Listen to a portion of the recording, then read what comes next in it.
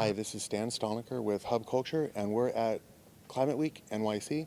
I'm with Dr. Andrew Steer, the Special Envoy for Climate Change for the World Bank Group. We're going to be talking a little bit about the idea of the clean revolution, and what is it? What is the clean revolution?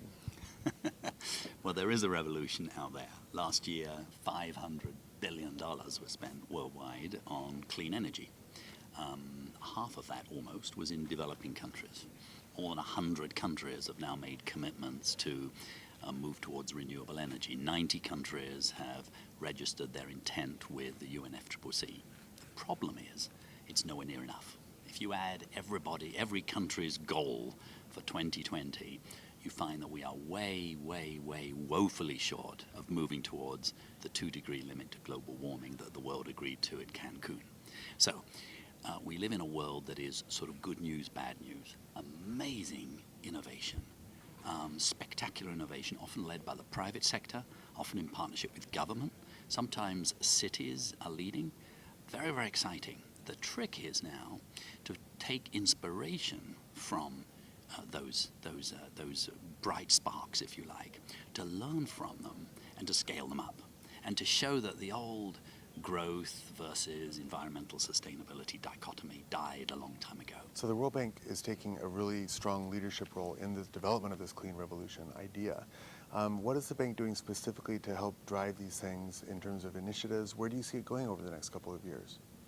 Well, we, of course, are privileged to have resources that we can allocate. And so what we're trying to do, so for example, we have the climate investment funds, which are a $6 billion fund that's yielding, leveraging over $50 billion in clean investment. So this is significant funds. What matters is that you have to use these monies really sort of surgically, because it sounds like a lot of money, 6 billion, or people talk about 500 billion. Well, 500, yes. All these but Bs. The amount of money that's available for public money that's available in the form of concessional money, it's actually fairly small. I mean, the world talked about 100 billion. But the important way of thinking about this is that investment in developing countries at the moment is running about $6 trillion a year. Now that investment overall needs to be shifted. Not all of it, but a lot of it needs to be shifted towards a greener future, both on the climate resilience side and also on the low carbon side. So what we have to think about is relatively small amounts of money. So basically only 1% of investment right now is going towards green and clean tech technologies?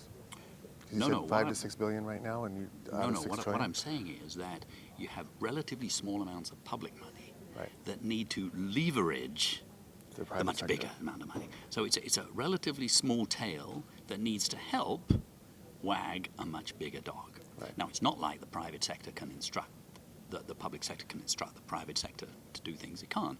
It has to figure out what are the needs of the private sector in order to invest in the kinds of things that really are part of a green future.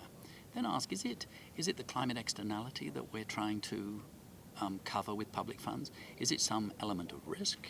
Is it some other market failure such as information?